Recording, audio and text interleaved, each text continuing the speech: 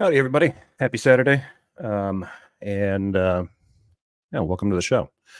Let's say hello to a few people in the live chat, I guess. Right off the top, this is just, Saturday, crapshoot kind of show. Going to be talking about the fallout from not that there's really been much fallout yet, but from the uh, criminal conviction of Donald J. Trump. Um, and the way certain people on the right are kind of reacting to it, and the way that they're selling their reaction, because that's probably more important than I think. There, a lot of these people, I think, are presenting ideas they don't believe in. Especially some of them who come from a legal background are selling a political narrative that they know is bull, but they're doing it anyway because it's campaign time and they're circling the wagons around, you know, Republican, emperor to be Harkonnen there. Um, and yeah, so we're going to get into a little bit of that. Right off the bat, for anybody who's interested in it, the picture, because I think there's some questions in the comments already. The guy with the net cap on his head that's in the thumbnail for this video, that is Tim Pool, and one of his videos is going to be featured here. I've never covered him before. I watch a lot of content where other people talk about comments he's made, and his reaction to the conviction has been precious. So we're going to get into that. Anamorphic Mind, good to see you, and congratulations, you're first. I'd give you a prize, but that's not, the show's just not cool enough for that. I don't have the budget. Warren, a second. Spooky is best. Good to see you both. Dustin is here. Good to see you. Michael Fredgren. Otto is here. Cutlery Duck is here. Good to see you guys. Michael Deaton is here. Good to see you. Thanks for the reminder and the shout out. Let's see. Odin Allfather. Robin Wester. Good to see you both. Clout is here. Cocos is here. Good evening to you in Poland, right? And yes, it is officially Pride Month. Happy Pride Month. I was going to try to get some like Pride Month swag kind of thing, but I'm not. I don't know. There seems to be a discussion about pride capitalism or pride merch in general, like the appropriate. I don't know. It doesn't matter. But I don't think with this webcam anyway, I don't think rainbow stuff would look great on me. Maya's here. Good to see you. But yeah, it's not really about whether or not it looks good. It's about whether or not you're representing, right? But JL Warren's here. Good to see you. And I missed. I didn't get notifications for your last show, JL, the one where the guy's talking about the signs, the signs that you can that you'll demonstrate. That this shows that you're possessed by a demon. I am looking forward to that one, so I'm going to be watching that one probably after I get done with this. But yeah, I would have tried to catch that live, but YouTube is being weird about the notifications it pushes, especially now because I'm getting into, since it's campaign season, I'm getting into more political stuff. Some of the other content, like kind of religious stuff, is getting kind of like pushed to the back. I'm guessing that's just the algorithm. Jonathan Turley is the effing worst legal pundit. Yeah, he might be. I think that's everybody. Fenton Mully is here. Good to see. If I missed anybody, I do apologize, but I think I got everybody. I did want to address something here before I jump into it, because somebody, I think Warren, had made a comment up here that needs to be addressed because it's part of the right wing. It's going to be more and more part of the right wing reaction to Trump's convictions. Let's see. He says, right here, I do agree with the right that Democrats should have focused on governing the country instead of prosecuting Trump, but he still did this stuff. Okay, nobody in the Biden campaign is prosecuting Donald Trump. That's not how a campaign works, right? And nobody who is an active politico, who is a Democrat working on Capitol Hill, is prosecuting Donald Trump.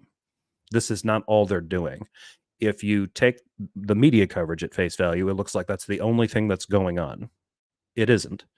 The Republicans, who have been remarkably lazy over in the House, they've accomplished the least, I think, of any sitting House, would like you to believe that this is taking up all of the Democrats' time, and instead of leading the country, it's a full court press 100% of all of the Democratic political apparatus is spent on prosecuting Trump. Politically and legally, that is not how anything works. Also, the state of New York prosecuting criminals when they commit crimes is part of governing the state. And thus it's a portion of governing the country. Especially if you like the cut of somebody's jib when they're trying to put themselves out there as the law and order president, prosecuting criminals who commit crimes is governance. So that statement right there is contradictory and really lazy. So think about that. Imagine before the internet, if you wanted to watch a Jeffy live stream, you'd have to go to where Jeffy was and look at him through a window. I don't recommend that. I don't think you'll like the show. Let's see here.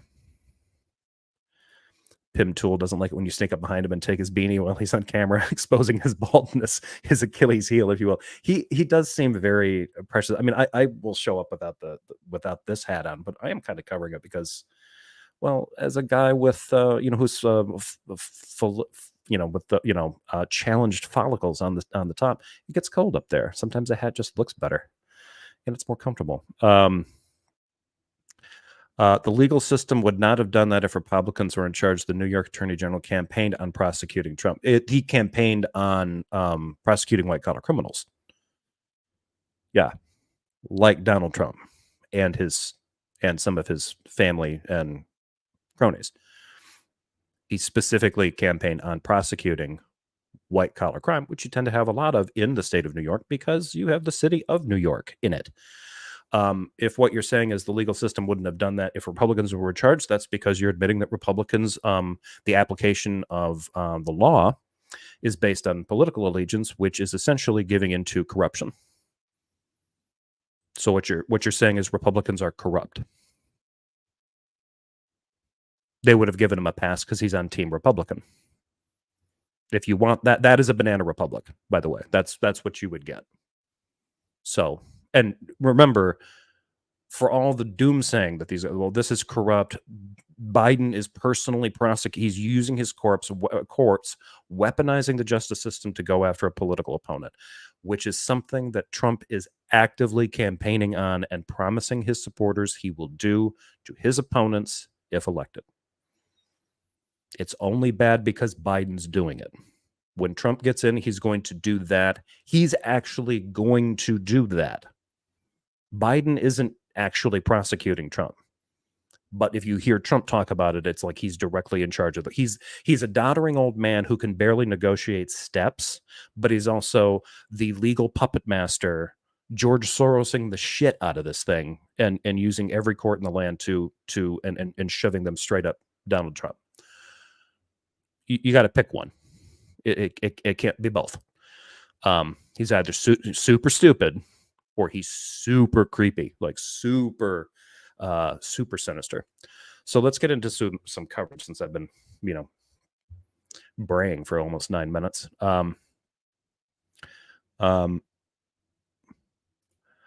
Correct on GOP not prosecuting due to political. First, stop. The GOP would not be prosecuting anyone. They're a political party. They're not a legal group. They're not prosecutors. That's not their job. The Democrats are not prosecuting Trump. They can't. The Democratic political alliance, the political apparatus, does not have the legal ability to do that. Are there democratically aligned attorneys general that are involved in these? Yes. Are they doing it because they're politically aligned? I hope they're not. And if a judge and a jury just found him guilty of 34 felonies based on the paperwork, if you wanted them to consider Democratic or Republican alliances, what you're asking them to do is to be corrupt. Please stop thinking about, I know you're in Canada, so I'll give you a pass. Stop thinking about our politics from the lens of right-wing news because you have clearly imbibed too much. I am not alleging that Biden is coordinating this. That's dumb. Then stop using language like, oh, the GOP would do that. Don't use lazy language like this. The GOP would not be prosecuting shit. They're a political party. Could you have politically motivated operatives, GOP aligned, weaponizing their influence and trying to do that? Well, Trump is campaigning. He's going to do that while actively decrying that he thinks that's what's being done to him. It's a case of he who smelt it dealt it.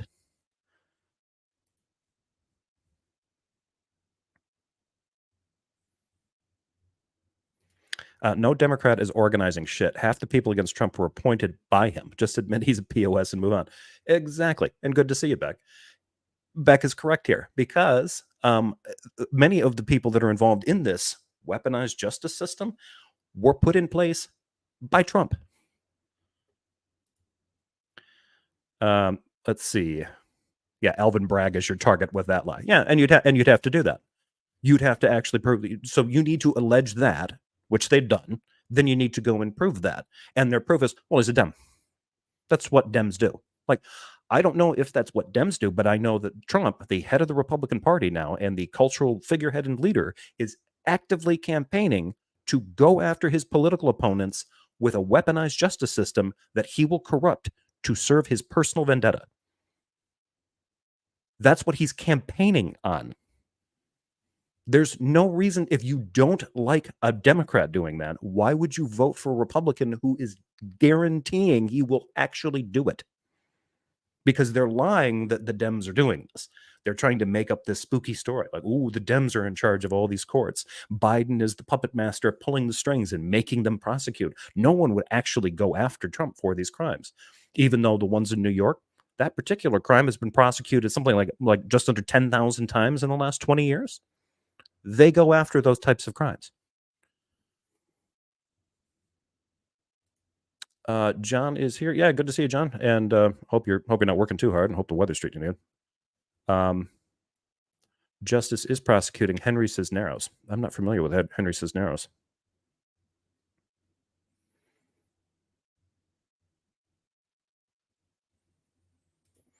The outcome wasn't what he expected, so there has to be some grand conspiracy involved. It's just not possible he backed the wrong horse. I'm not implying that you're a Trump supporter. I didn't say that. I'm not implying that you're a Trump supporter. I'm saying that the language that you're using is you have bought into implicitly some lies that Republican and right-wing news agencies are putting out about our political system. That's what I'm implying. Now I'm not implying it. I'm directly telling you. You have inadvertently consumed some Kool-Aid, and it's made you a little bit tipsy in terms of like how you are reflecting on the political and legal realities in this country. I didn't say that you were a Trump supporter. I know that you are kind of right-wing on some of these issues. I believe that you mentioned in one of the comments above that you might be inclined to vote for somebody like Trump to, quote, keep abortion illegal, which is not Trump's stance. He just thinks that it needs to be up to the states. So in my state, abortion is still illegal, is a legal and constitutionally protected form of birth control in my state. And as far as Trump has been campaigning, he's cool with that. Of course, he won't be. If he gets elected, they will push for a federal ban.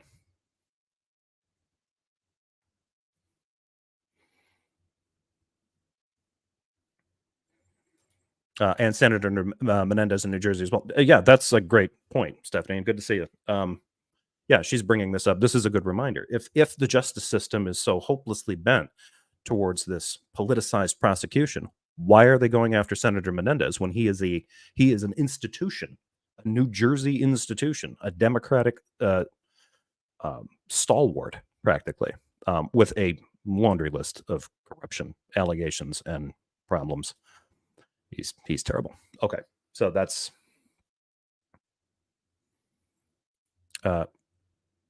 Trump appointed far-right pro-life federal and Supreme Court justices regardless of his stance. Right. That's because he was taking point from the Heritage Foundation and the Federalist Foundation for the justices that he picked. But he's trying to say that it's a states' rights thing. It won't be when he gets back in.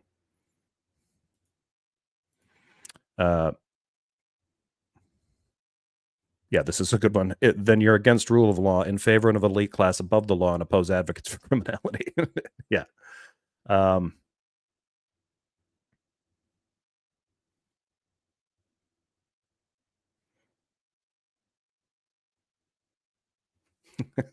Warren isn't interested in Menendez. He hasn't been told to be mad about that. Yeah, exactly. Yeah, they don't need. Oh well, yeah, of course he's going after them.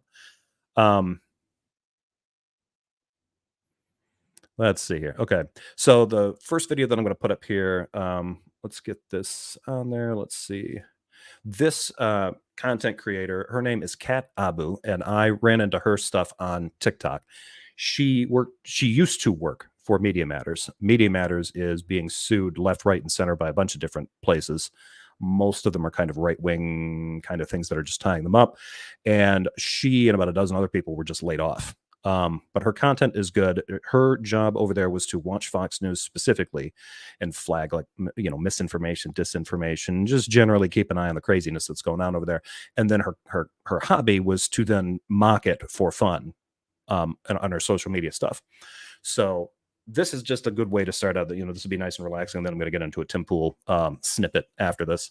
But this is a good way to warm things up, because if anybody has got like snippets of like specifically Fox News hyperventilating about the convictions, she's going to be the one. So if her video is linked for her YouTube channel, but she's also on TikTok, give her a follow. Her stuff is very funny. So let's give this a shot, and let's see. If you don't watch Fox News, here are 5 totally real and definitely not made up stories you might have missed this week. Trump's Guilty Edition. Yesterday, a New York jury found former President Donald Trump guilty on all 34 counts in his hush money trial. And Fox News didn't take it great. I'd like to have our constitutional republic back. These evil men and women will be vanquished. Revolution is in our DNA. We are fighters, and I hope it's only at the ballot box. This is a textbook Stalinist kangaroo court Banana Republic Orwellian show trial. This is what you see in Banana Republics. Banana Republic garbage. Soviet-style justice. So I love that JD Vance is parroting this same horse shit. And he came out trying to be this like better than Trump candidate. He was like a never Trumper initially, and that wasn't working out for him. And now he's just full steam ahead for Trump. Soviet-style show trial. We've got a kangaroo court. This is a kangaroo court. This is so Orwellian. I guess we all need to shop at Banana Republic from now on, because that's what it feels like. Yeah, a Banana Republic. Yeah, well, that's what they're actively promoting to people in the form of Donald Trump. This is projection. Yeah, completely. It's entirely projection. Any of that sounds familiar? It's because they say this every time Trump has a legal issue of any sort. In fact, they said it so often in 2022 that I made a fake horror movie trailer titled The Deep State's Revenge: Dawn of the Banana Republics.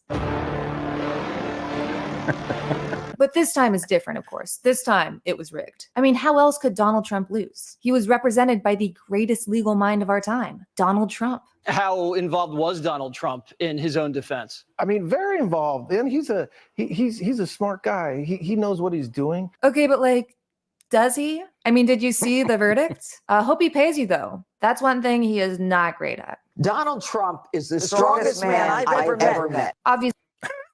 That's amazing. I had not seen that part. I'm saying exactly the same thing. The strongest man I've ever met. If the case wasn't clear, wasn't watched closely by the press and everyone who paid any attention, and had a jury of, yes, his peers, came to a unanimous conclusion. Yep. Then you might conclude it was a show trial. But not if you're paying attention. Exactly. Even Bill Maher goofed this up. Bill Maher was like, well, the Democrats don't have anything because they're putting Stormy Daniels on it. This is the best they've got. Like, Stormy Daniels was only testifying to establish that they hooked up and that Donald Trump was motivated because he was concerned. The Access Hollywood tape had come out, and he was concerned that that his affair with her was going to come out, and that's a twofer against him, and then that was going to damage the campaign. So she didn't even need to get into the details. And they're like, oh, she's on there basically making it sound like it's a Me Too kind of thing. And he's a monster and all this kind of stuff. Like, okay, well, he did tell a guy that he grabs women, just because. So monster status attained. He sort of did it for himself. So yeah, that was the only reason that was there, was just to establish like this is a motivating factor for DJT. He's concerned about the backlash on this, and then they forged business records to hide the fact that they were paying her to stay quiet. Obviously, Jesse Waters, who was on the verge of tears all night, had a lot of thoughts about this verdict. These are wicked people, whether Soros was involved in any way. This man's life is a Greek tragedy. From billionaire, bankruptcy, TV star, Hollywood Walk of Fame, divorces, marriages, children, and then you have investigation. When was that point where he tried to get home and couldn't? He just kept getting steered into misadventures and accidents and hoaxes in a pandemic. First off, wow. Second, I love how Jesse cites the existence of Trump's children as part of a Greek tragedy. Don't get me wrong, I agree, but probably for different reasons. But it's even more laughable that Jesse wants to pretend Trump cares about his children. I mean, he threw a coup on one of their birthdays. Yeah, Eric's birthday is January 6th. I feel like we don't talk about this enough. Speaking of Eric, Don Jr. Last night, Don Jr. could not stop trashing Fox News. The reasons were... Are you going to go through each complaint from a sycophant? There's not time. There isn't time. But she's doing a pretty good job of doing the rundown. So I just wanted to do this because it's fun. But there is a Tim Pool discussion coming up next that I kind of want to go through. And I haven't watched it all, but Tim Pool in a show of being very, even tempered and cool headed, just tweeted the word war with a period after it following the conviction. So, that's cool. A little fuzzy. Fox conservative, all bullshit. Shannon Bream was like, "How do you know it's a political thing?" Yesterday, like, to Alina Hobb, I'm like, "How do you know it's a political?" Like, that was Shannon Bream on Fox News, the illegal correspondent. How do you? How much coke is he on? No, this it's like really. What do you fucking dolt? I can't get back. They won't have me on Fox anymore because I actually, I'll actually say the truth. How does he have the? You're a liability. They won't have you on Fox News because he's. I say the truth. No, you don't. The reason they won't have you on there is because you insist on peddling lies that Fox News has already paid for. The exact vibe of the worst bar back at any nightclub. Bro is about to throw a chair when I say I don't want to hang out in the back of his Nissan Altima. Oh, no, we're very MAGA. Bullshit. It is really good to Okay. be back after such a chaotic last week. Thank you to everyone for your nice messages and thoughts. My phone was basically melting, so I didn't get to respond to all of them, but they were all appreciated. And to anyone who contributed to our mutual aid fund, thank you so much. You made a tangible difference in the lives of the 13 layoffs. Now, as a palate cleanser, please enjoy this video of my cat heater being perfect. Just cat image. Okay. Orange tabbies. They're always fun. And usually sick, at least in my experience. Yakking all over the place. Party size, industrial strength copium. Yeah. So these are all their arguments to try and save Trump, and also to convert it, right? Because they're going to try to market this as a thing. Well, this is just an example of how corrupt the deep state is, how deep the rot lies. Only keep in mind, Biden's not done with his term yet. I mean, we are wrapping it up. We've got 6 more months of it, and the 4 years before him, that supposedly all that swamp draining didn't take. It's weird. Trump is back. He's like, oh, this country is just so bad. It's even worse. It's worse than it's ever been. It's as if he was not president for 4 years. Like it's the strangest campaigning I've seen in a long time. They just want you to flush the 4 years that he was done. And keep in mind, some of these people that support him still think that he is the president.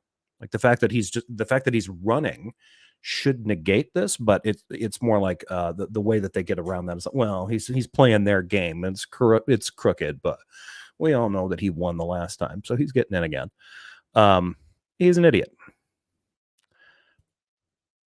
Let's see. Let's drop this.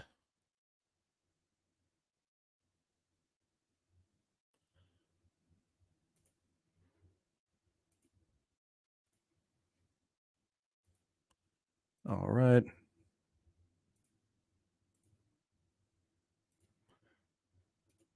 I got to remember to do this with my titles. More caps. Guilty. Donald Trump guilty on all charges. Internet set on fire over historic ruling. Really? It doesn't really take much to set the internet en fuego. But let's see what he's got going on here. CNews.com.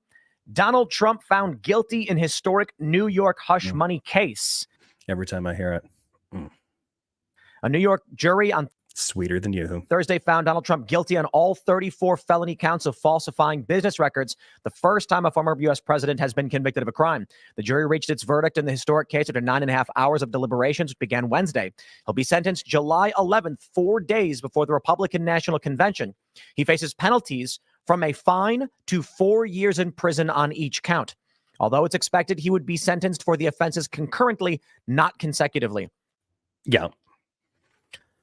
Also, Donald Trump, despite his history of litigiousness and his battles in court, does not actually have a criminal record. So because this is his first criminal conviction and it's for nonviolent offenses, usually prison's not going to be a thing. Probably probation, maybe house arrest of some kind. I don't know.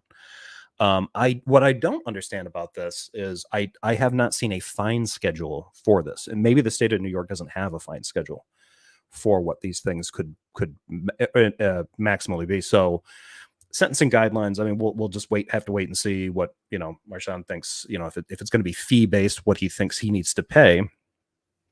Keep in mind, if there's some kind of, it's 4 years in prison for every one of them. It would be weird for these crimes for a judge to just say, okay, you're going to serve those sequentially and line it up and send him to jail. It'd be hilarious if he did, but that's not usually how that works. So maximum would be 4 years in prison for all 34 probably. And then, but because they're concurrent, probably some kind of fine. If it just goes to probation, I don't know. My thinking is that they would probably try to make the fines paid to the state of New York higher. But again, I don't know if there's a fine schedule already set in statute for these particular crimes per the state of New York. If there's limits, who knows? A large chunk of the Senate and political supporters arrange impeachment trials against Biden and ended up with zero proof, but this grand jury trial is a conspiracy. Well, keep in mind, it wasn't even this wasn't the grand jury trial. The grand jury trial was the one that brought the charges. So this went before a grand jury arranged by the prosecutor, and that was the charges, and the charges were brought. This jury that found him guilty is different than that. So we've got two different groups of people. A grand jury thought that there was enough there to prosecute the case, and this jury in the actual prosecution found him guilty on all 34 counts unanimously. How can Tim Pool be cool-headed? He's always wearing that wool hat. I know. It's even worse. I think that's like one of those acrylic ones. That's just, that's just so. That's got to make your head itch like crazy. Maybe it's just me. Rogaine for Men quote tweeted Tim Pool's war tweet saying, "Tim, the only war you've ever fought was against male pattern baldness, and you lost." That's some shame. Agreed. That is.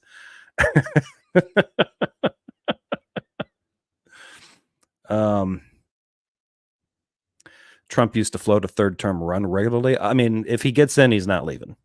He's not. I mean, he's got supporters that don't think that he left now, so it's not going to be difficult for him to try to just keep perverting things.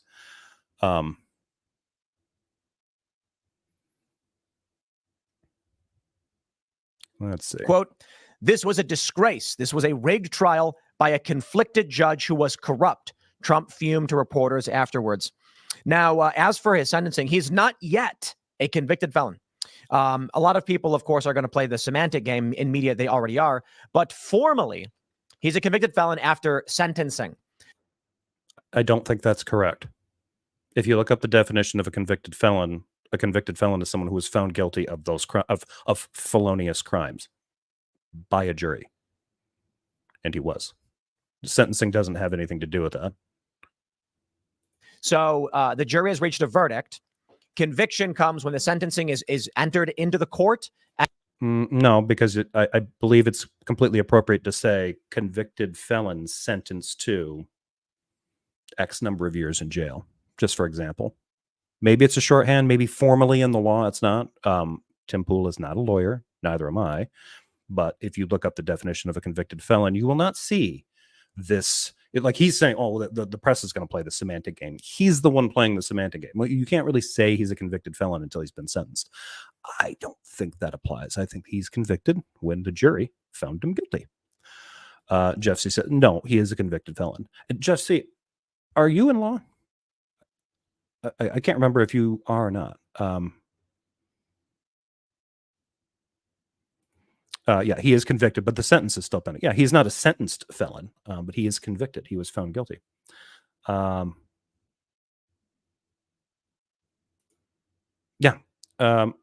person becomes a convicted felon upon the court's ruling of guilt. Sentencing determines the punishment, but the conviction occurs at the moment the guilty verdict is rendered. Yeah.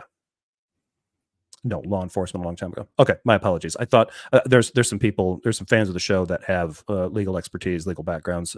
So I, for some reason, I was thinking you might have been one of them. And then they apply the sentence. Now, there's a possibility they may just fine Trump some light little garbage fine. Just a little bit. I don't think it's going to be light. Maybe they say, $300,000 fine for this and have a nice day, just so that they can say he's a convicted felon. But I wonder if they're just so that they can say he's a convicted felon. No, he actually is a convicted felon. A friend of mine said is having a real tough time with this because I don't think he's not particularly left wing, but he goes, you know what? This guy if he's a felon, if that doesn't get overturned, he's not allowed to own a gun. But he could be president of the United States and have access to the nuclear codes. He's like, he just wanted to know, like, can you explain how that's supposed to work?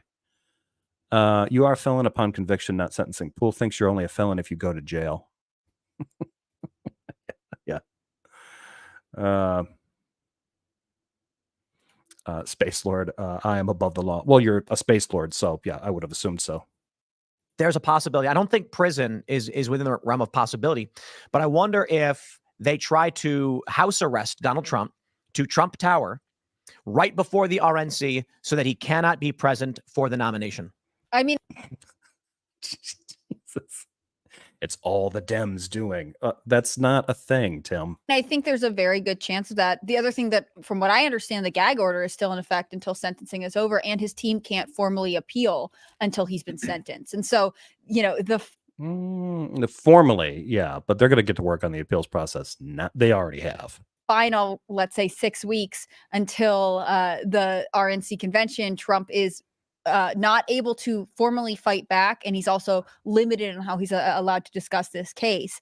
It's so hard not to think of the worst outcomes right now. Like maybe a fine would be good. Obviously, one of the things that goes into sentencing right now is the fact that it's a nonviolent crime. He's older and he has no criminal history. But if he is convicted and sentenced, he does have a criminal history, and that will affect. Well, he officially has a criminal history now. The only way he's getting out of this criminal history is if he can appeal this and get the felonies removed. And that's not going to happen. I don't see how that's going to happen at all. Because generally, my understanding of an appeals process, you need to appeal it on and this is a huge oversimplification. Again, I'm a layperson. You can appeal it based on the grounds you didn't get a good defense, or you can appeal it based on the grounds the prosecution overdid it or did something wrong. From the sounds of it, he actually had pretty good defense, with the exception of a little stunt that his lawyer pulled in his closing statement that required a curative instruction to the jury. I don't really see the angle on this. The only one that I can see like a little glimmer of hope would be them trying to appeal on the grounds that those are actually felonies, but they're actually misdemeanors. But again, I'm not sure that they can amend that, or if they just have to remove them. And that is not something that they're going to, if they can't weaken them, adjust them from felonies to misdemeanors without clearing them, they're not going to clear them. So I don't know what his legal options are as far as his appeals process goes.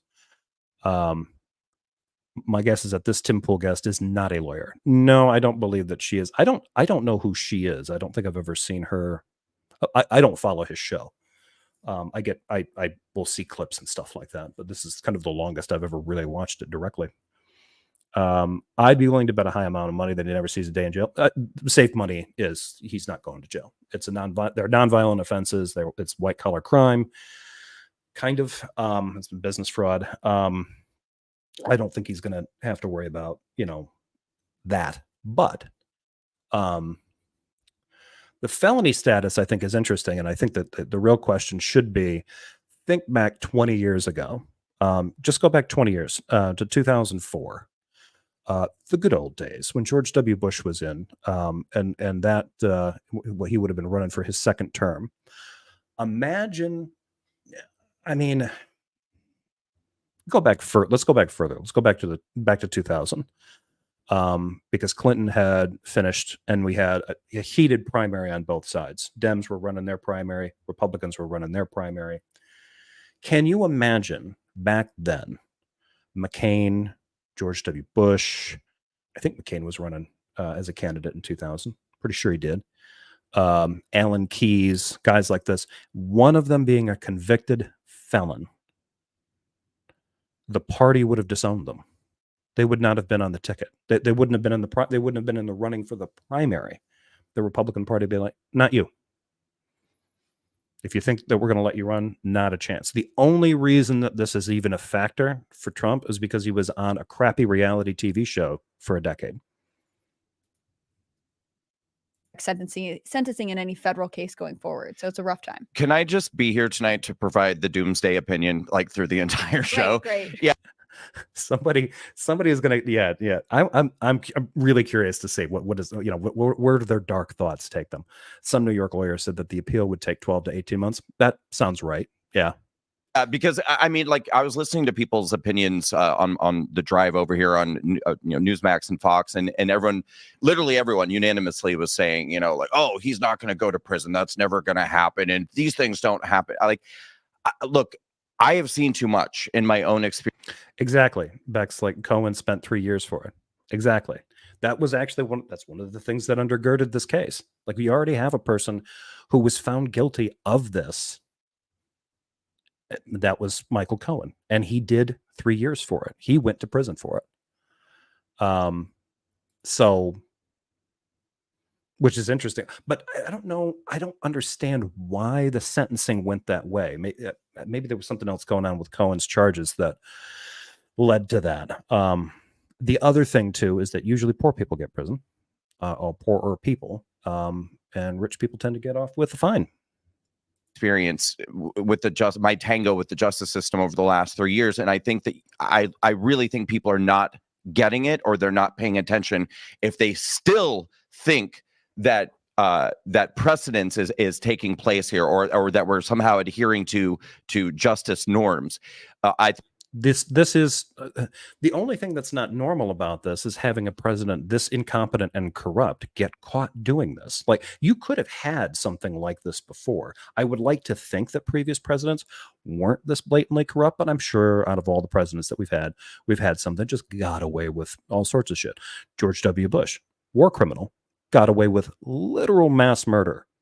So did Dick Cheney.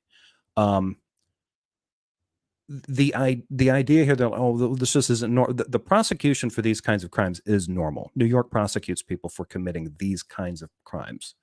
So this is just goofy. The fact that he is a former president and currently running to get elected again, that's historic.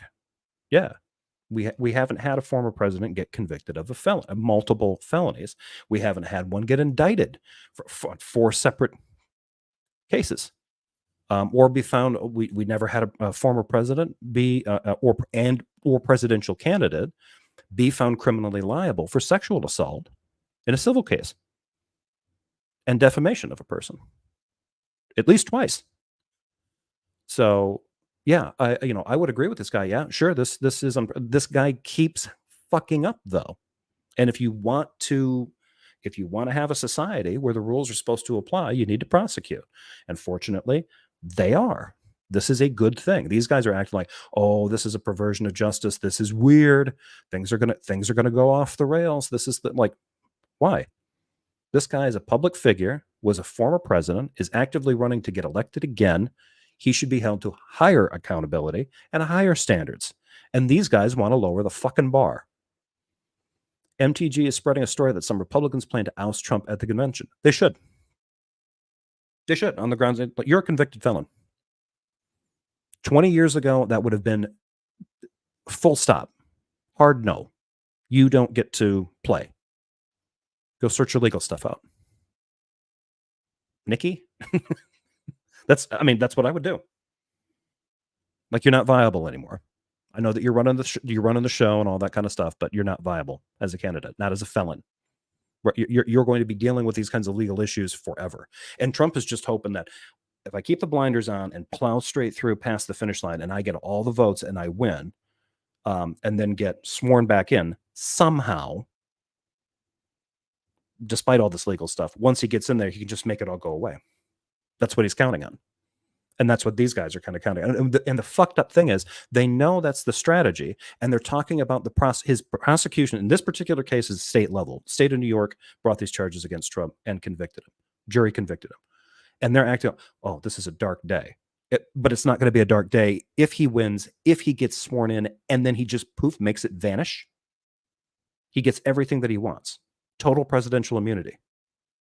That he can just and not only that, he's literally going to pardon himself. So it won't be like, hey, you know what? I have total I'm in an accountability free zone when I'm president, when I'm doing presidential stuff, like with his records case. That's not going to be the case. He'll pardon himself for things that he did as a private citizen, because he is a private citizen now. Former president, sure, he gets Social Security protection, but he is a private citizen, and he is going to make himself unaccountable for stuff he did when he wasn't president, when he was just a candidate. Will these guys be talking about how dark a turn that is for the Republic? No. They'll be like, well, it's about time he got in there and cleaned stuff up.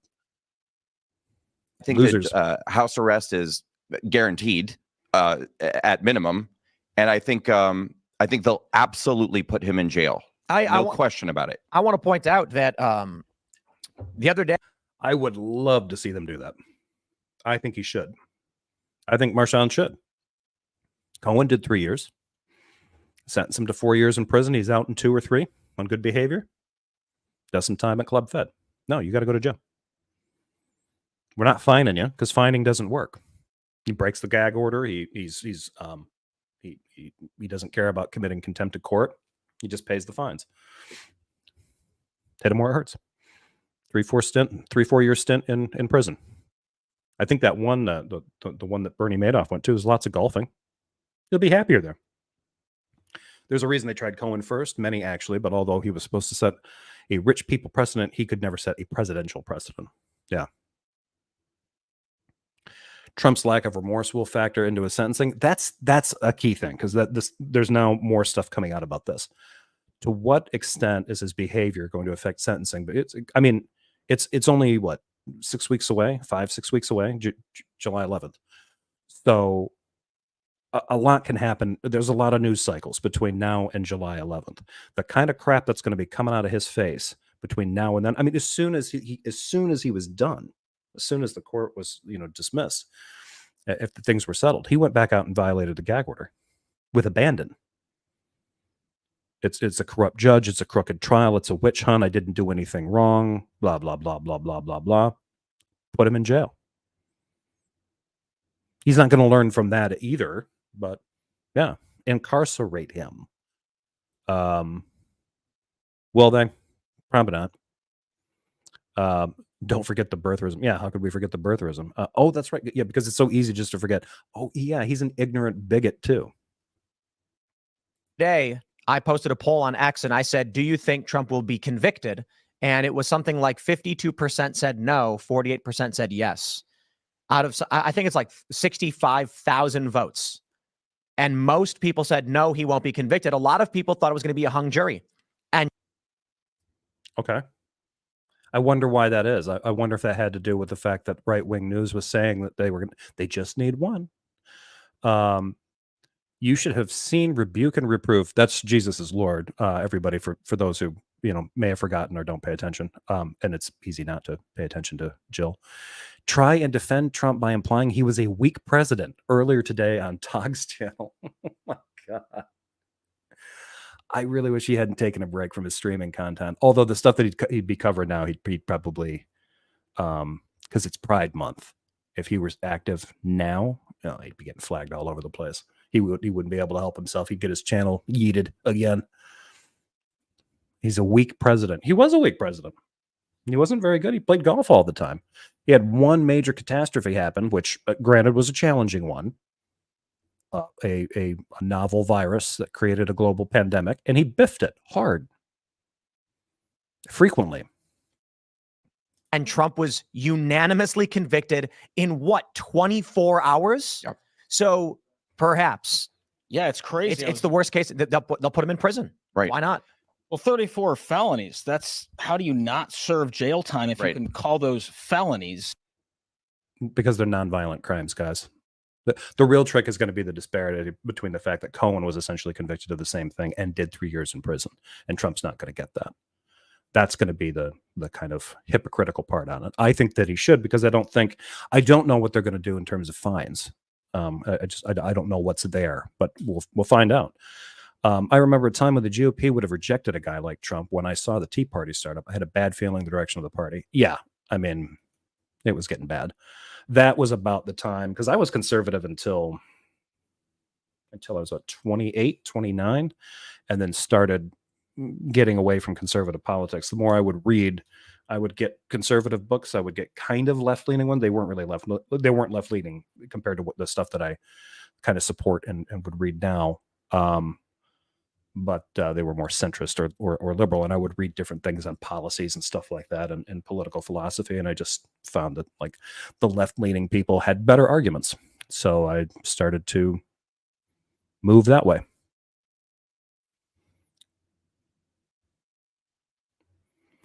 House arrest is not enough of a punishment. I agree, but it might be something like that. Given his age, nonviolent crime, it might be house arrest, monitoring, ankle bracelets, check in with a probie, that kind of stuff, which he'll complain about. He went and violated the gag order and no consequences. I mean, he should have done time for that, I think. I don't know what the penalty is for that in terms of like incarceration for it, but he should have. Those get put in place to preserve people's lives, to protect people, and he doesn't give a fuck. And yet people are still rallying behind him like he's the one that's going to make things better. Eugene Debs ran for president in 1924 from jail. Yeah, he did. He was a socialist candidate. Don't forget about how Trump went on about the judge's daughter. Exactly. And that's the point of those gag orders. It's to protect people's safety, and he doesn't care. And that is all going to factor in to, because the one thing right now that's going for this, these are nonviolent offenses, but he has a following that have demonstrated a capacity and a willingness to commit violence. Just look at January 6th. Whatever your take is on January 6th, he has followers that are willing to get violent with law enforcement. So if you've got, and these, they're not above issuing death threats, harassing people with telecommunications, doxing people they don't like. I mean, all this stuff, harassing them in person, all this stuff could happen between now and July 11th. And if it does, Class E felonies, but that's the argument they're going to make. Right. When they do say, Trump, you're going to go to... Yeah, he did make that prediction. Trump will win 49 states. Prison for, we'll call it 18 months and then 2 years of probation or something. The response in the media is going to be like, he was convicted on 34 felonies. Of course he's going to get locked up. Not to mention that, but the reason why so many people are saying, oh, he'll never spend time behind bars is actually the reason they will put him behind bars. The fact that he's a former president is not going to help him. It's not going to save him. What the judge is going to say, and again, I'm not trying to make this all about my situation, but I saw firsthand federal judges take non-cases and act like they were literally sentencing 9/11 terrorists, right? And so this judge is going to... Is he talking about the Jan 6ers? Because those those people had some significant charges brought against Say, them. you want to hold the highest office in this land, but you can't even be counted on to, run your business in a way that's not criminal. You have to spend time behind bars, because the fact that you are such a corrupt human being and you want to hold the highest office in this land. He's going to treat him like a very serious threat to everyone around him, even though it's a nonviolent crime. Right. And to be fair, Judge Juan Merchan has already threatened him with jail time, right? When he violated the gag Right. order, he had these 9 fines he had to pay, and then ultimately. Let's be fair. Merchan's statement was, "I do not want to put you in jail." Let's keep that in mind. He was like, I want, I could send you to jail over this. And he said he didn't want to. Is she going to mention that? That was before he was convicted. Something important to add for everybody who's watching. We do not know what Trump was convicted of. Right. We know. We know precisely what he was convicted of, Tim. Why is he doing this? Right. Because this is an important way to make sure that people think the Dems conjured up crimes and made them fit. There is a crime, falsifying business records. It is a misdemeanor, and it's beyond its statute of limitations. It can be through extenuating circumstances. They can upgrade it to a felony if it was falsifying business records. Nitty, we may not be friends soon. Is that for me or is that for somebody in the chat? I'm just wondering. Wait, they just admitted he violated the gag order. Yeah. So he is guilty.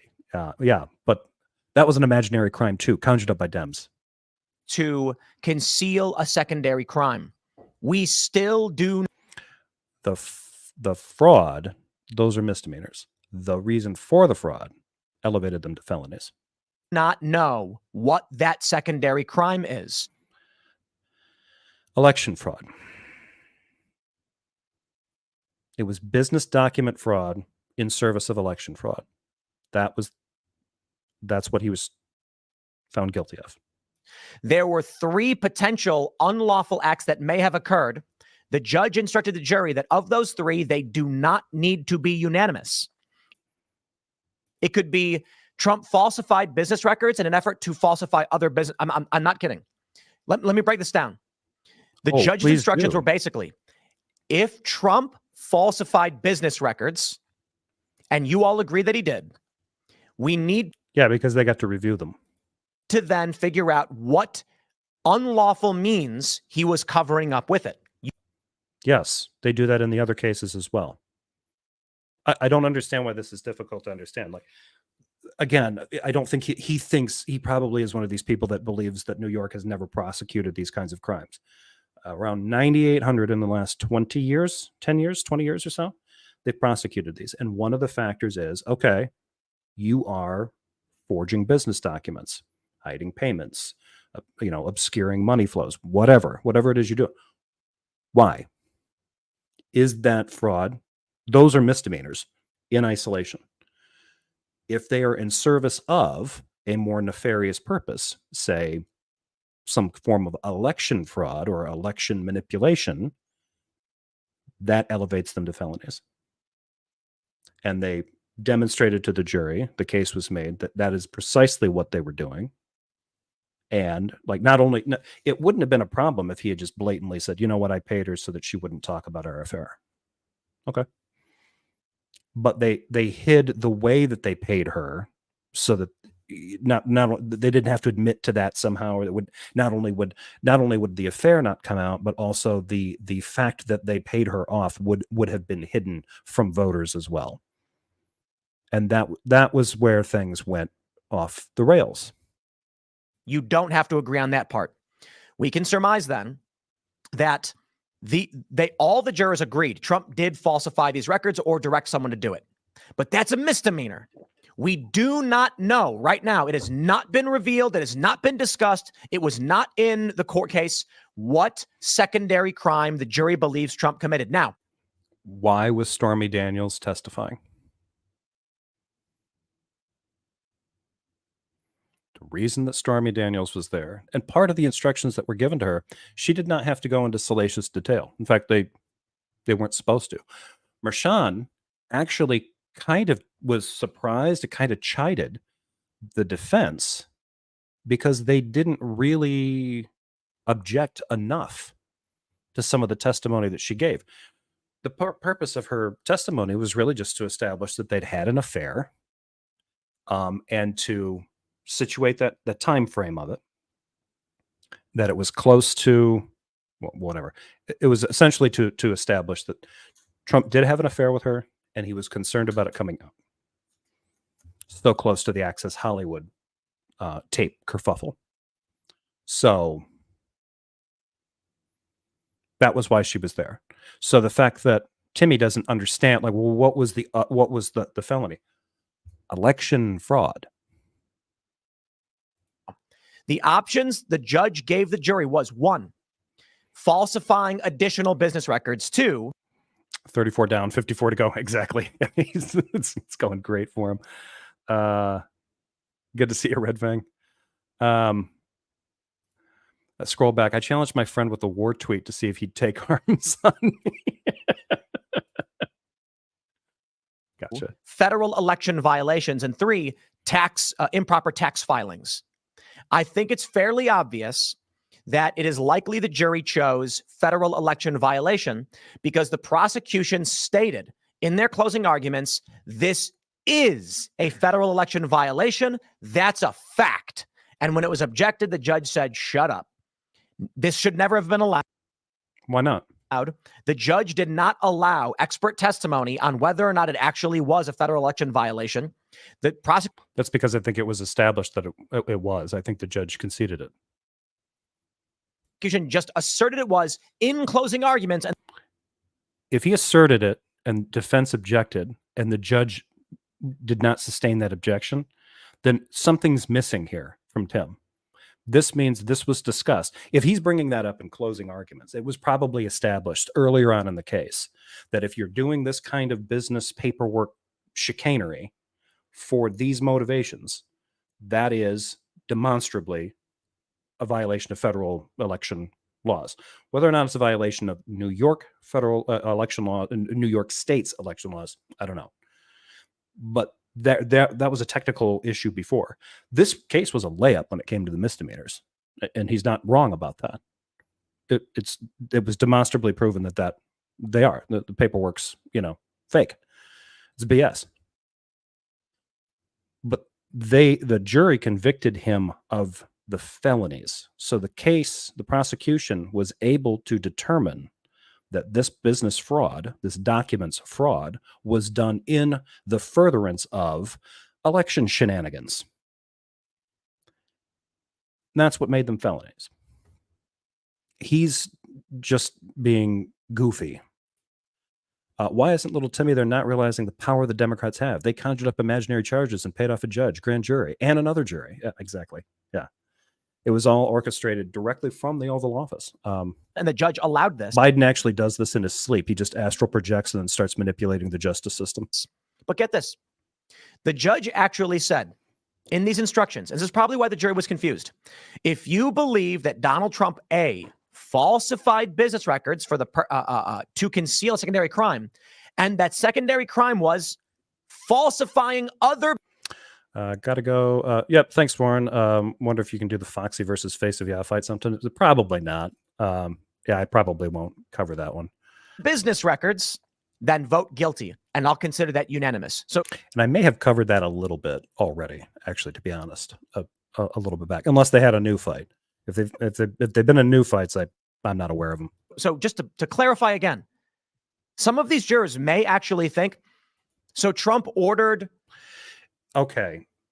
Tim claiming the judge was confused about law is the height of delusion. Yeah. And it's, now the jury was confused. So really what the jury and the judge needed Tim Pool there to set them straight on New York State election and business law. Cohen to falsify these records so that he could cover up that he falsified other records. Effectively 2 misdemeanors. No, I don't think that's kind of awkward. He's forging business documents to make payments not look like payoffs in service of keeping a story from damaging him politically in an election year. That was what was going on. If the Dems have this much power, why is Roe overturned? Right? Maybe it's a long game. You know, they did that so that they can keep winning elections. That they're arguing when combined become a felony. It's an absurdity. And but in the end, we still do not know.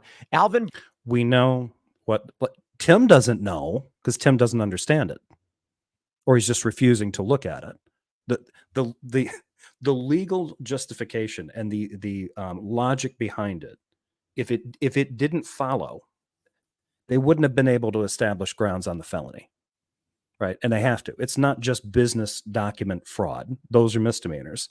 It's business document fraud in service of election fraud.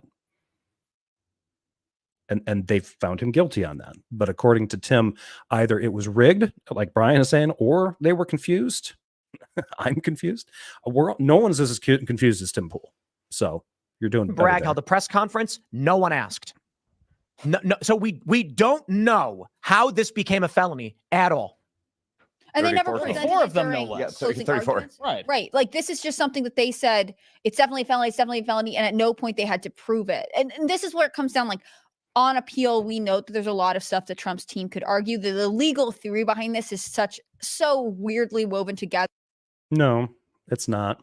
My understanding of Red Fangs, you need to come on Brojo 420 Cafe. You would have fun. Brojo is a little bit of a Trump guy, isn't he? I know he's kind of like libertarian, kind of. I heard Obama did it. They proved it. They proved it to the jury. The jury unanimously decided this. The thing that this was kind of questionable, out of the 4 cases that Trump's got going against him, this one was considered the weaker one. Not because it was a weak case, because the layup was charging him with the misdemeanors. That was a layup. They had the documents, they had communications back and forth. They knew they had it. The problem was that the mundane stuff that didn't get a lot of attention was the communications going on discussing why they needed to do these things this way, right? Because they didn't want it coming out for the election. They thought it would be damaging to his prospects. So they were hiding this from the voters. That's the second tier of the thing. When these business document cases are charged, from my understanding, and like I said, there's been a little under 10,000 in the last 20 years, they take into consideration the context of why the document fraud is occurring. Is it occurring to further another offense? And will that elevate it to a level of a felony? It can, and I think it has in those other cases, depending on what the fraud was done for. And in this case, it was done because he's playing fast and loose with business documents, so he can obscure things actually happening for his election. And that's where they went wrong. And it was determined that this was a crime. Cohen went to jail for it, and now they're sitting around here wondering, like, are they not aware that Cohen served time for this crime? I didn't hear them defending Cohen this vociferously and being like, well, where's the law? What's the well, I just don't get it. They just decided that he needed to go away. Okay. No, because before he'd gone in, he'd already turned. They'd already turned against Trump because Trump hung him out to dry. So of course they're not. Do they have any questions as to why the grounds for why Cohen did 3 years? Nope. But now all of a sudden, there's all these questions, and they're like digging through, like, legal journals. How does it become a felony? Oh, I don't know. It's not really credible. And it really seemed to me from the outside perspective that so much of it came down to what the judge was willing to allow. And obviously people talk about this all the time. The judge has his own ties to supporting Biden. His daughter has, her own political activities. Okay. So basically this is because they have these political allegiances or they vote a particular way, they're incapable of doing their job like professionals. That's what she's implying. Well, what you needed to do is get a Republican in there because a Republican would have let it go. Okay, so you're saying that anybody with a political allegiance, one way or the other, is incapable of being objective and doing their effing job. They're just automatically corrupt. This is the level of disdain that people like this have for the vast majority of their fellow country people. Like they can sit here and big brain the scenarios and and blue sky the hypotheticals about what's going to happen next and all this kind of stuff. And I just don't understand this miscarriage of justice. Do you even really know what's going on? What were the charges? What were the crimes? I just don't understand. And this would never have happened if they had, they really needed to do something about the fact that these people are obviously biased. Like no. They didn't care about that. Can any of these people name the judge that sentenced Cohen? Obviously, a jury found him guilty. But what was the political allegiance of the judge who sentenced Cohen to prison? Was he a Democrat or was he a Republican? Did that weigh in on that? Was that a miscarriage of justice that he got? He ended up serving 3 years in prison. I mean, come on, guys. You got to keep this more consistent. David says, wait, if the jury was confused and if Tim Pool is confused, wouldn't Tim Pool also think Trump is guilty? I mean, it could follow that way. Yeah, sure. If you read misdemeanor statutes, they will all say that enough repeated offenses elevate the next offense. That's one reason for it. Yeah, that's another one too. Get enough misdemeanors in a row, you're looking at a felony. But that's not exactly what happened here, though. In this case, the felony connection was proven to be the misdemeanors were committed in service of a greater crime. Ultimately, it is completely crazy to me that the prosecutors didn't have to clearly present what felony Trump had They did. They did. Had apparently committed, what crime he was convicted of covering up, and yet we were allowed to. The closing statement alone, the prosecutor spent almost 5 hours laying out the entire case again. 5 hours. It was 4 hours, 48 minutes, something like that, for a closing statement. And he laid out the entire thing. What Trump did, what the campaign was doing, how this crime goes to this crime, where that dot connects to that dot. It was laid out in the closing alone. And then you had the testimony and the case notes and the court and the documents, not just the documents that were fraudulently filled out, but the documents discussing why they needed to be fraudulent. Their concerns about the scandals, reasons that they needed to hide the evidence for what they were doing, which was covering up the fact they were covering up the scandal and committing business document fraud. They have emails and communications on this and testimony to that fact. This is corroborated stuff. And she's trying to say, like, well, basically what I'm hearing from these ding-dongs is that because we didn't see it happen on TV, it didn't happen in real life. There was a court case. People got to see this. People heard this testimony. And again, you want to know the entire prosecution's thing? Read that transcript that took 5.5 hours. That took over 4.5 hours to complete. Go read that. See if maybe prosecution doesn't do a good job communicating to that jury what these crimes were and are, because they went and deliberated for 12 hours and found him guilty on all 34. But Tim wants you to believe that they were confused. The judge doesn't understand the law, and she doesn't think that she's been presented enough. We don't need to get that. It'd be nice if we got that closing statement. I think cameras should have been in court for this one. I understand why they weren't. But this is just that they are taking advantage. And this is the reason why I think cameras, a good argument for why cameras should be in courts for cases like this, because of what she's doing here. This logic. Well, I just don't understand what it was. Yeah, okay, because it wasn't on TV, on C-SPAN 24/7 with people constantly talk about it, analyzing everything frame by frame. You'd probably have a much better impression of what those crimes are. But because you got to read it after the fact from court documents, who's going to read that shit? Not people that follow Tim Pool. To try and say, like, how are you supposed to present three lawyers on the jury too? I want to make sure that this story is included in this segment so that in the event you end up sharing this segment with friends and family members, you can see this post from the New York Post. Yeah. Okay.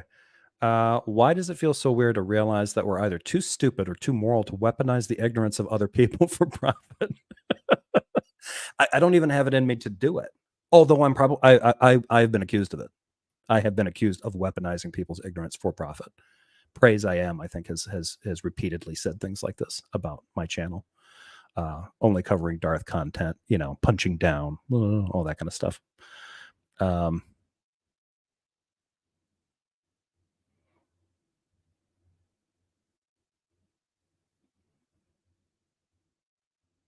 CNN's Fareed Zakaria admits prosecutors would never have filed hush money charges against anyone whose name was not Trump. They weren't exactly hush money charges. They were business document. It was business document fraud in service of election fraud. And yes, they do, and they have. They do this. Fareed's talking out of his fucking ass. There's been almost 10,000 of these prosecutions in the last 20 years in New York State alone. They prosecute people for these offenses. And sometimes those business document offenses, the misdemeanors, they do get elevated to a felony if they find out there's more dirt going on. So the fact, they just never would have done that. They have done it. This is not something they just yanked out of the sky. The only reason that this is unprecedented is because the person who was put on trial was a former president and a current candidate for president. And I'll play it for you. Uniting behind Trump. Whatever opposition he faced in the primaries has largely melted away. And the trials against him keep him in the spotlight, infuriate his base, who sees him as a martyr. Didn't Praise call Darth a spree killer? He's one to talk about punching down. Exactly. He said he was equivalent to a spree killer. Trump tried to hide payoffs. That's part of the illegal document tampering. Yeah. And that's the part that started getting into felony territory, fellas. The fact that the fact that Zakaria is it wouldn't have happened if it hadn't been. Well, it should happen to any political candidate that pulls shit like this. It absolutely should. And even may serve to make him the object of some sympathy among people in general who believe that his prosecutors are politically motivated.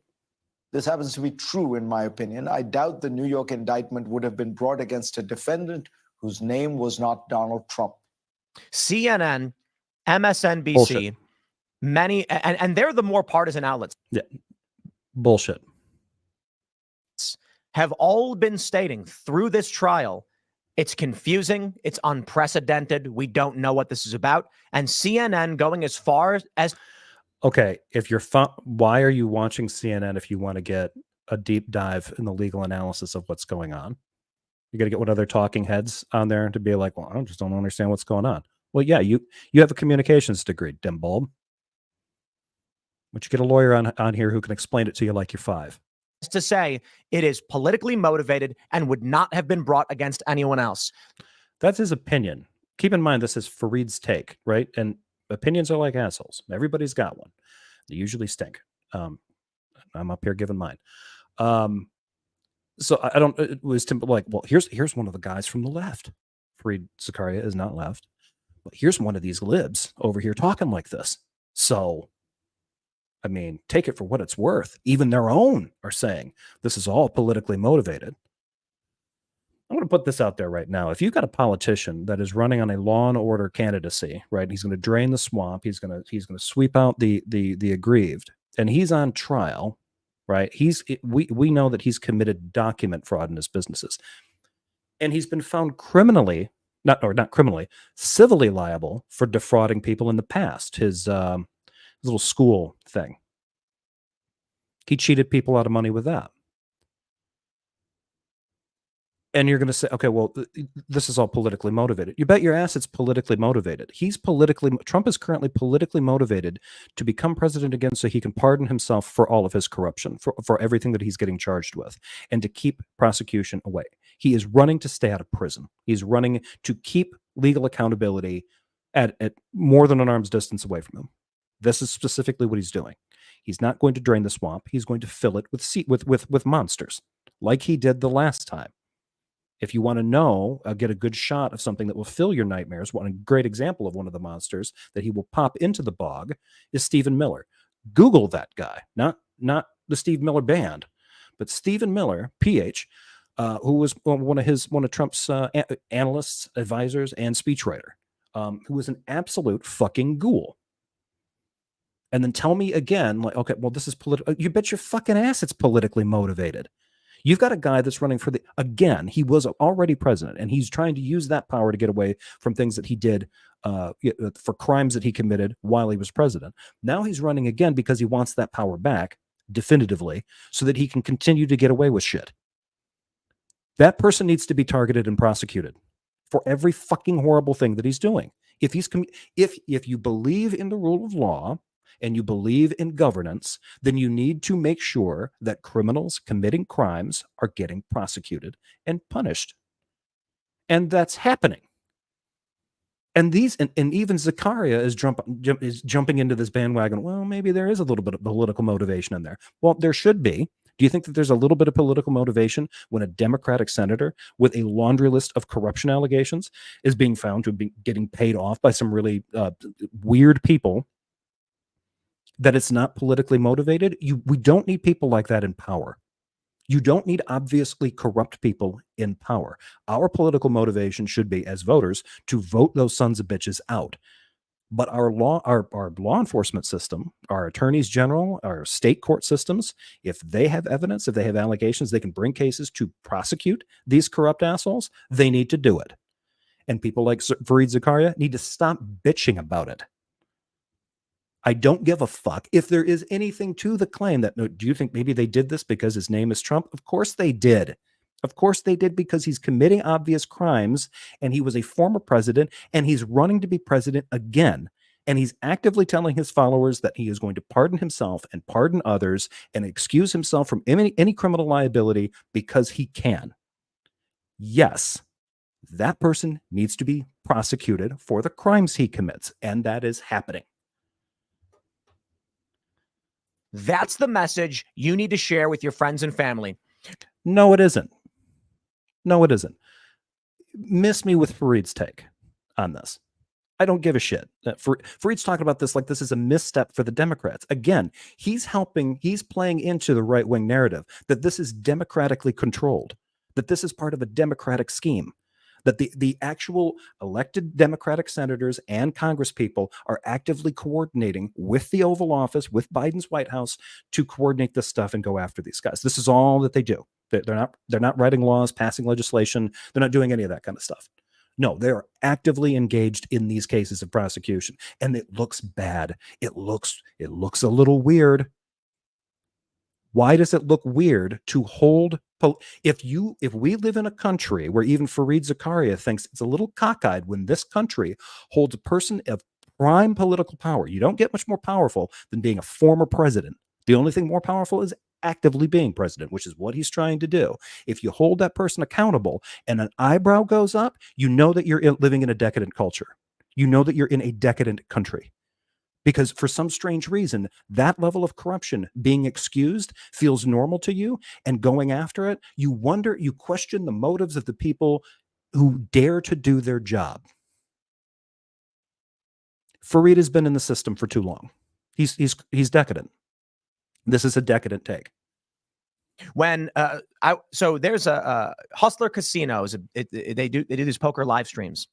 They have something called the $1 Million Game happening right now. It's fantastic. I'm a big fan. It's guys playing poker, but of course there's something called table talk. With this big news, it's permeating everything. And as soon as the show starts, one guy says, "So what happened to Donald Trump today?" And they go, "Oh, he was guilty of felonies. What did he do? I don't know. Is he going to jail? Not so sure." Regular people are only hearing that Trump was convicted. He's a felon, blah, blah, blah. And they have no idea what is actually happening. This was likely the intention of the Democrats involved. They know that the average person will not be paying attention to the finer details of how they lied, cheated, and stole their way into political power. I think. Which ones? Name names, Tim. And what does that have to do with his conviction? Jefferson, I'd kill to see what the U.S. history and government textbooks say in 50 years. I know. I'd like to take a peek into that history. Although I imagine it's just going to be a future filled with nonstop hurricanes. I think you're right. I mean, there was a poll from, I think it was Emerson College, that they were saying basically 55% of Americans say they've not been closely following this trial. Yeah, it's not on TV. Michael, gotta love Tim Pool's condescension. Regular people. Tim, you're a regular person. You can't even get laid and you're balding. You're normal, Tim. Deal with it. Yeah, exactly, Cutlery. Specifics, Tim? Yeah. Well, these people are just, they don't want to talk about we're not going to talk about how they lied and cheated. Currently, one of them is getting prosecuted for being a liar and a cheat. His name is Menendez. Senator Bob Menendez of New Jersey is looking at some serious legal scrutiny right now. Again. Although, to be honest, I don't know how strong the last cases were for him. But this one's looking pretty bad. And it involves a monopoly on halal meat. It's bizarre. At all, but this is so meteoric that it's going to puncture through people who even are not interested in politics, right? It's going to be No, it's not. This is a weird take. Most people didn't follow this, but the fact that he's guilty, that's going to wake some people up to just, all this does. This is another punchline for Trump. This is another punchline about Trump. Now he's a convicted felon. Do you think MAGA supporters are going to be less likely to vote for him? No. They're galvanized, right? That was Zakaria's problem. Oh, they're rallying around him. The Republican machine is rallying around him. Yeah, because they don't have anything else. Their policies suck. The only thing that they have is Donald Trump's celebrity status and his ability to kind of, for whatever reason, kind of whip up the frothier brained base that the Republican Party currently relies on. unavoidable. People are going to see the headline Trump convicted, which is, I think, ultimately any sort of progressive activist's dream. They want it to be like, but wasn't he convicted? How? Because the immediate news headlines that I got hit with after was, can he still hold office? Can he still run? It was crazy because I barely paid attention to this either because he can still run. There's nothing that says a convicted felon can't run for president. The real legal issue is going to be, I don't even know if it's really a legal issue. Can he take the oath to uphold the Constitution? I don't even know if anybody would have a problem with that necessarily if he was a convicted felon. He just can't vote for himself in most states. Although I think in New York, if he's registered to vote in New York, he could, unless he's incarcerated. If he's incarcerated, he can't. And I'm not sure how that works if it's like home imprisonment or something like that, house arrest. If he's registered to vote in Florida, which I believe he is, thanks to DeSantis, he's a felon. He can't vote for himself. Just thought it was so ridiculous. It would get thrown out way before it got here. And then finally I'm tuning in to watch like the verdict watch and then be read. And then you see these pretty little red boom, boom, boom, boom, convicted, all this on the TV. It was almost like programming in my mind. I'm like, this looks really bad. But the more I listen to it, it's like, this actually doesn't make any sense at all. No, it's very weird. Yeah. What is weird about him being convicted? And, okay, so there's an historic trial going on. They talked about how weird this was, the unprecedented part is that it's a former president, current presidential candidate, who's been charged with these crimes. It was found guilty. Of course, every news feed is going to pop that up all over the place. We just lived through a significant historical event. If they're saying it's weird in that sense, sure, but maybe choose a word better, maybe more, appropriate to the moment than it's weird. What was weird? The fact that every media outlet is going to cover literal history in the making? I don't understand. Like, are these people supposed to be providing some kind of insight, on the side that we're not otherwise getting? As a New Yorker, I really did.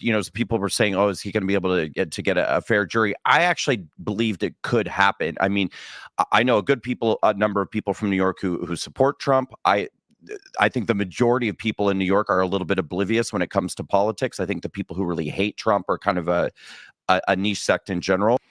Michael Deaton's talking about Emma Vigland's appearance. That was hilarious. Absolutely weird. She did pretty well.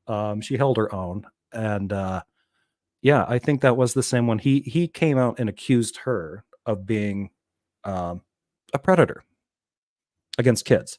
That's as much as I'm going to say. I don't want to get demonetized for using the keywords that are likely to strike the channel or something. But yeah, a nice guy. I think it was because she wouldn't have sushi and poker with the boys, down in their skate dungeon or whatever that is. It is his complex in West Virginia. Yeah, he got really weird about that. She's like, yeah, no, I'm going to get going. I believe she also said the energy in the place was just really weird. Like the vibe was strange. But when they came back and said 34, guilty on all 34 counts, I mean, that doesn't happen. You know, if they had convicted on a few things and the jury said, you know, these were actually pretty confusing or we're not sure. But I mean, whenever I want to see pure cringe, I just look at whatever videos Tim Pool and Charlie Kirk. Have both of those guys been on whatever, and how many times have they been on that? You talking about the whatever podcast? Isn't that like a red pill group, kind of like Fresh and Fit or whatever they were? A sweeping decision like that really indicates that this was absolutely coming from a place of bias by the jurors. I mean, 100%. When the key witnesses were a porn star who was looking. Again, this is playing into this idea. Well, they're biased and they can't do their job. You are given. I don't know if any of these ding dongs have actually been on a jury. If they are, they're not being forthcoming about it. I've served on several. If you're in a jury, depending on the kind of case that you're on, actually, I think I was only on 2. Now that I think about it, and I think that one got canceled. Maybe I only served on 1. I don't know. I get jury duty summons all the time. I think I got 2 during the pandemic. And they were trying to actually, they were slowing court cases down then, and I still got summoned twice. You are given instructions as jurors. First of all, there's the whole process of voir dire, right? Which they're not talking about here. They don't need to, but you screen voir dire as jury selection. You screen the jurors that you're going to get, and you try to weed out any bias. Once that's done, and defense and the prosecution are in agreement, they got the jury that they're going to work with. The judge is fine with it as well. The case goes forward. You are given, as a jury, instructions about the testimony that you can think about, testimony that you should not take into consideration. There's instructions about you don't consider. Like, one of the reasons that the defense attorney for Donald Trump got in trouble was because he basically brought up the specter of, think about what you're doing. If you find him guilty, you're sending him to prison. And that immediately was like, that's a no-go, dude. The jury is not instructed. The juries don't have any say in sentencing. That comes from the judge. The jury is instructed to determine, based on legal instructions provided by the judge, on how to rule on the law. And this guy is essentially insinuating the same thing that she just insinuated. If you got people who are biased in one way or the other, they are incapable of separating their bias from doing their job. So you're just assuming everyone's corrupt. That's essentially what that is. If you have people that can't keep that in check, they are corrupt. And it just seems like that's all these people see around them.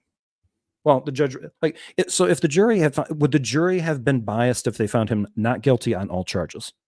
Would they even be discussing this way? Would they care about the individual political or personal biases of any of those 12 jurors if they had found him not guilty? No. Justice was served. The judge is super smart. The jury is super smart. They get it.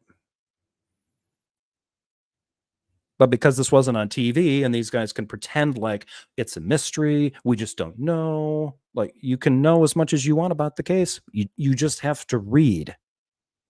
That seems to be the deal breaker here. Hey, Michael, good to see you.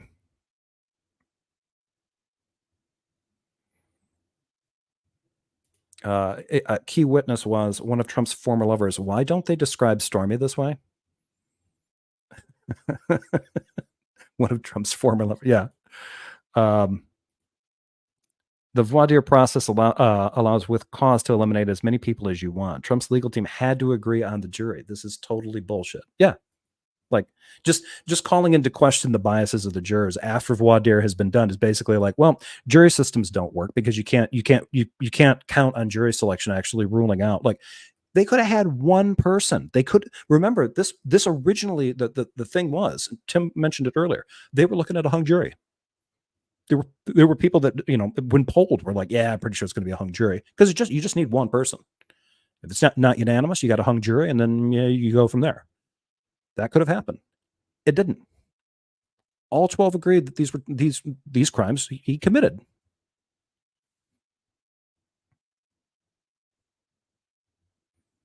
For a payout And Cohen. and a convicted tax evader who lied under oath and also admitted on the stand that he'd been stealing from Donald Trump during Weren't this they whole thing. instructed to not take his testimony into account at the end? Like, don't listen. The jury instructions were so bizarre. I mean, I just felt like Well, this will be interesting. I wonder what they were. To state the blindingly obvious, paying off a lover to keep mum about an affair so that it doesn't come out 10 days before a presidential election is big time political motivation. Yeah. Yeah.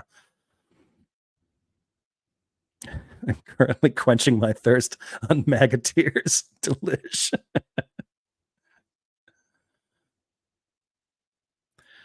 This is interesting. I wonder if this juror number 2 listed primary news source as Truth Social.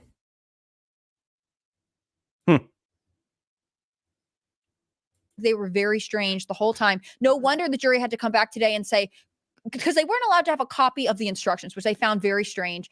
And then they had to come back today. It was a request was filed last night. They asked to go over a couple different. I don't think you're usually. I don't think you're given written instructions. Points of the testimony, but they were also like, please read the instructions again. Clearly, there's some kind of issue. Thanks for watching. No. If they have to put it in paper, I've never seen that happen. But then again, I haven't been on that many jurors. But if you have instructions that are that big, like things that you can consider, basically the legal instructions provided by the judge, and they're written down, you will be reminded when you go into deliberations to, even if they didn't have them written down, the judge would be like, "Now here are my instructions before you go to deliberate again," and go through the points. The fact that you remind a jury of their instructions is somehow evidence that there's an issue. Well, it's so weird, and it was so counterintuitive that they couldn't keep it in their heads, and so they had to write it down. And then on top of it, the judge goes and reminds them, "Okay, deliberation time for you guys. Remember to read those instructions again." I know they're super weird, but make sure that you like. This is just. At this point, they're fear-mongering about and really revealing a lot of biases. They don't believe that people, they seem to assume that everyone's corrupt. Except for people that agree with them. That seems to be the thing that I'm getting. If what Max S wrote is, and yeah, he says, yeah, I think that's standard in New York. Judge has to reread them. Yeah, they will make sure, even in, I'm in Michigan. It's going to be a little bit different. If there are specific instructions for the jury, you will hear them repeatedly. You will be reminded of what your instructions are, especially before you go into deliberations. That you might even get the reminder twice. This clip from Timcast IRL. Make sure to check out the live show Monday through Friday. Yeah, gonna miss that. Just not gonna. This is a weird image of Tim here. Like, he's kind of looking like somebody just like, maybe walked in on him where he's at a urinal, like, surprised him.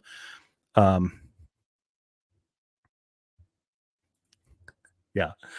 If he didn't like Mershon, he's not going to like the appeals court. I saw it consists of 5 black women. Well, on top of that, Dershowitz is already going out and poisoning the well by saying that, well, this is a New York State case. Because it's a New York State case, it has to be, obviously, it's going to get appealed in New York. And no, Dershowitz claims that he's been shunned. He's not allowed at the parties. And he's none of the wealthy, the upper class will pay attention because he dared to defend Trump. I think back when Trump was getting impeached, he was providing him legal advice or something. And so the notion there was that nobody wants to be Dershowitzed. He's doing the same thing. No judge is going to want to take this appeals case because they're not going to be because they'll end up letting him go, and they don't want to go down as a judge that freed Donald Trump and then get shunned from cocktail parties like Dershowitz is. Like, okay, so what you're saying is there isn't a single non-corrupt judge in the state of New York that's capable of doing their job. That's the line of logic that you have to hold to. No judge will do their job appropriately because it involves Trump. Like, that's not how the legal system works. So even Dershowitz, who is a lawyer and knows better, he's well educated, is incapable of controlling himself and still continues to, bank on this weird shit. Let me take a look here at what my brother posted. Did anybody watch that Tim Pool Donald Trump interview? I heard he did that. Let's see here. Everyone who isn't with them is conspiring against them. Why does that sound so familiar? I know that from somewhere. Yeah. Let's see. What is this? Open link in new tab. Oh, I think I have seen this.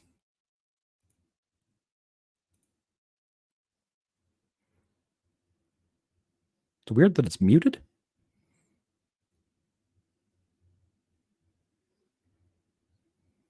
Oh, there it is.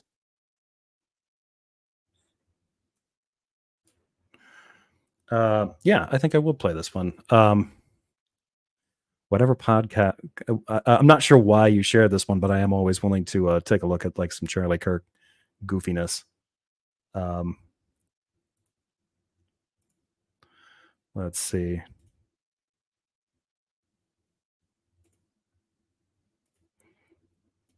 Charlie Kirk schools the whole panel. This is at the Whatever podcast, which anybody in the correct me if I'm wrong, but I'm pretty sure like Whatever is like kind of like not MGTOW, but kind of like a red pill bro guys talking about being alpha and being high quality and this kind of crap. So let's see what's going on here. Respectful conversation, even though we see things very differently. If you're engaged in the creation of that content, I think God has a better plan for you. I know that might sound preachy and not what you want to hear, but just maybe you'll have an encounter with God, and Jesus loves all of you, and he can transform your life. He transformed my life. I've had a lot of problems in my life, a lot of problems, and Jesus solves everything. And every day is a new day, and it's a hopeful, beautiful life ahead of you. And I know that might not be something you even believe, and you might think that all He's not schooling them, he's churching them. Christians hate you and your way of life and all those sorts of things. Most of them do. Well, I'll say this. I'm a pretty firm believing, outspoken Christian, and God loves every single one of us. We're all. Warren needs to hear this message because he was getting pretty down on himself. God hates sinners and God hates Warren. And, Warren's concerned he's going to go to hell because he blasphemed against the Holy Spirit, which he probably didn't. All sinners. I mean, you've for us. definitely been the most respectful one that I've seen. Well, thank you. That's very. The one woman's face is like, very kind. And I can tell you, it's not me. If it was me, I'd be yelling and screaming. It's the Holy Spirit. Thank you guys. Really? Guys, for a respectful conversation.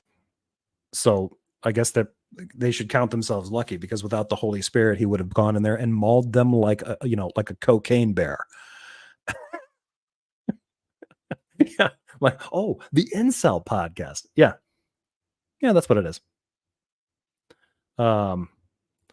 I'd love to ask Charlie questions about the Bible. How well does he know it? Dan McClellan has done, I think, at least one video kind of addressing some claims Charlie Kirk has made about the Bible. I mean, it's kind of hard to say if he's, if Charlie Kirk is individually bad at it because he's just channeling a bunch of like kind of pat Christian dogma. So yeah, I mean, it'll lay up for somebody like Dan to go in and be like, that's just dogma. That's just dogma. That's just dogma. This biblical scholars really don't go for that. Grown man pretending to be college student still confronts 18-year-olds who don't understand politics and schools them hard next time on Charlie Kirk. Yeah, he does this quite a bit. So does Crowder's kind of into that kind of work too. Like, I'll go after these college kids that don't know any better. There was another one out there. Let's take a look.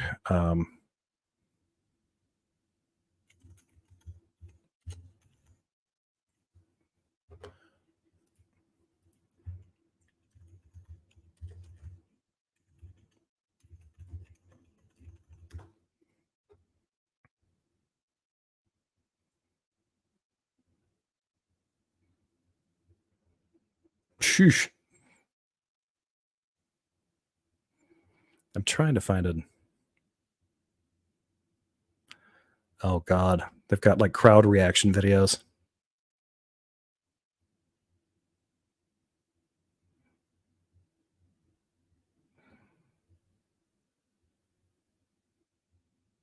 I'm going to take a look at this one because I have a feeling that maybe part of this is going to end up in a Pine Creek video.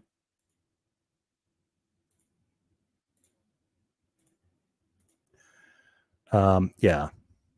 I don't know why. I just kind of have, maybe it won't, but it'll depend on their reaction because somebody had, I think JL had said something about, there being, I'll just turn that off. Pine Creek's going to get really worked up about the conviction. And I wasn't entirely sure that that's true.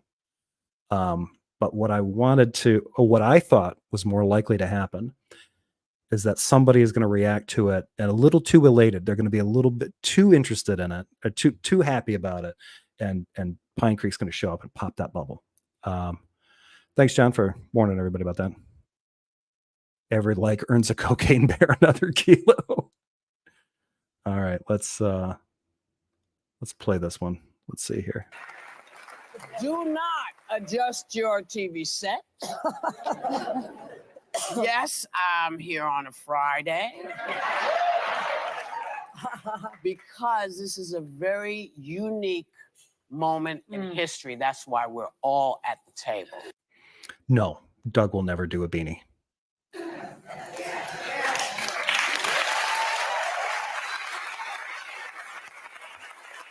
So I'm going to say something you've never, ever heard me say before, but Donald John Trump. Don't choke. Is a convicted felon. Tim Pool would disagree with you, Whoopi. He's not convicted until he's sentenced, according to law professor Tim Pool. Now, yesterday, a New York jury found him guilty on all 34 counts of falsifying business records in order to hide a sex scandal that would hurt his 2016 presidential campaign. And that's what the problem was. The crime. That's why he was in court, because he did that. Tim Pool needs to tune into The View because Whoopi Goldberg knows why that happened. Coco's, why a beanie? Some men just go bald with dignity, and others will wear a hat to cover up their baldness. That is not a dignified hat. So yeah, there's that route too. He did that. And then, of course, he played the victim outside of the courtroom. Take a look. This was a rigged, disgraceful trial. The real verdict is going to be November 5th by the people. See, the real verdict is they'll elect me, and then when I get sworn in, I can just make all of my legal problems go away. Nothing corrupt or banana republic like about that. Man,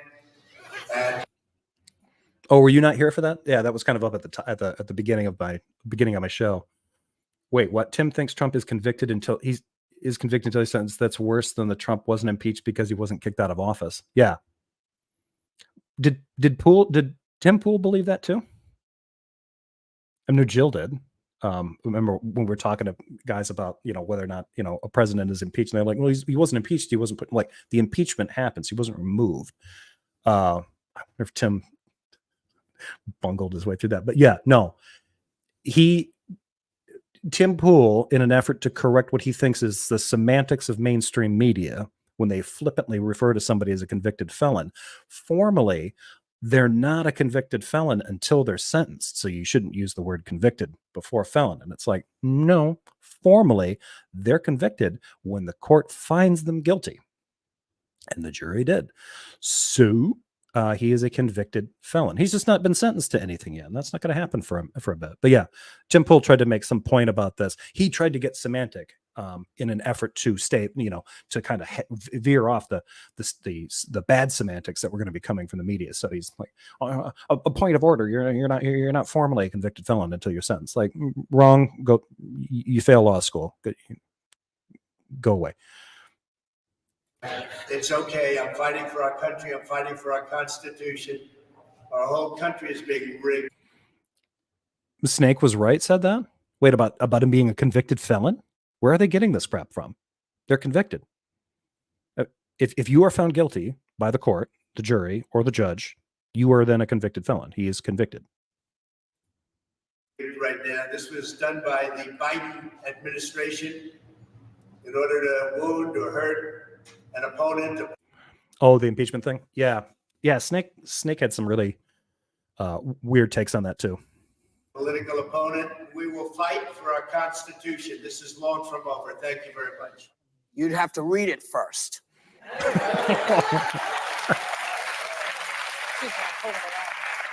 Again, I'm just going to repeat. He was in that courtroom because of what he did. Right. Yeah. And those jurors were chosen by both sides. Yes, they were. Right. He was convicted here in New York because New York brought him to trial. This was not a Biden thing. This was, had he just paid the money, he'd have been fine. If he had tried to sneak some checks and stuff around, he'd have been fine, but he didn't do that. Instead, he was cheap, and that's what you get. So he got. Well, can I say one thing? All right. Yeah. What was your Funny. It was a little bit more than him being cheap, but yeah. reaction? Well, my reaction was I was Wait, in Joy. Costco buying, 10 boxes of Keurig coffee, and my watch started to buzz, and I got so excited I started leaking a little bit. But wait, this is what I. So you're the leaker? I'm the leaker. But wait, this is what I want to say about seriously, because they. I'm hoping that was a callback and not just like out of the blue. Ew. Whoopi laying down the facts since the Next Generation bar saints. Guinan was one of my favorite characters. Yeah. Hey, Germania, good to see you. Exactly. TMI, Bihar. Yeah. TMI indeed. They're going to say it's rigged. This is rigged. That's rigged. Brian's rigged. We're rigged. Everything's rigged, according to him. But there was a jury of 12. Yes. They According to Tim Pool's entire panel, everything's rigged. Oh, the jury, you can't trust the jury. They can't be counted on to follow instructions from a judge. You can't trust the judge to be professional and do his job. Right? Everybody's just a captive to their biases. They're slaves to their prejudices, and there's really no hope. But rising above all that corruption, despite all the allegations that society is a jaded, cynical mess, rises one Tim Pool, like a shark fin, out of the muck and mire to be a light to people everywhere, and confuse people. Whoopi got the crime correct. She correctly described what was going on. Tim and his company couldn't seem to understand what was going on. all to a person said he was guilty on all 34 counts. One of the jurors, juror number 2, I was reading, he only watched or read Truth Social. I saw that. He did not watch Fox. He did not watch CNN. He did not watch us. Now, if a person who only gets his news from Donald Trump's, what do you call it? Social media. Social media, and he even thinks he's guilty. Excuse me, Donald, it's not rigged, okay? Yeah. It's not rigged. Okay. Good point. And that kind of goes to what Max was talking about. So yeah, that's an interesting thing that juror got on there, despite the fact, like, hey, I got all my news from Truth Social, like Trump's platform, and they were allowed to sit on the jury, and they agreed he committed crimes, found him guilty. That's a great song from LL Cool J. I wouldn't go so far as to call it great.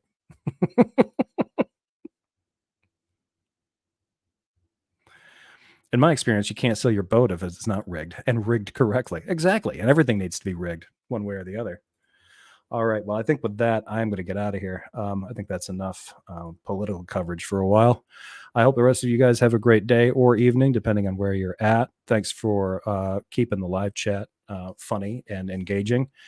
I don't know when I'm going to be doing another live one, probably middle of the week next time. Not sure what I'm going to be covering, but I will catch you all probably midweek for another show. Happy Pride Month, because it's officially kicked off now. I don't know if I think there's actually events happening here in my city, but probably not until later. But yeah, have a good one. Have fun. I will catch you all next time. Again, if you got any comments, questions, content suggestions, anything like that, email me at jeffersonspatchcock@gmail.com or hit me up on social media. I'm on Blue Sky, Twitter, X. So if you've got access to that, if you don't, not a big deal. So take care, everyone. Catch you later.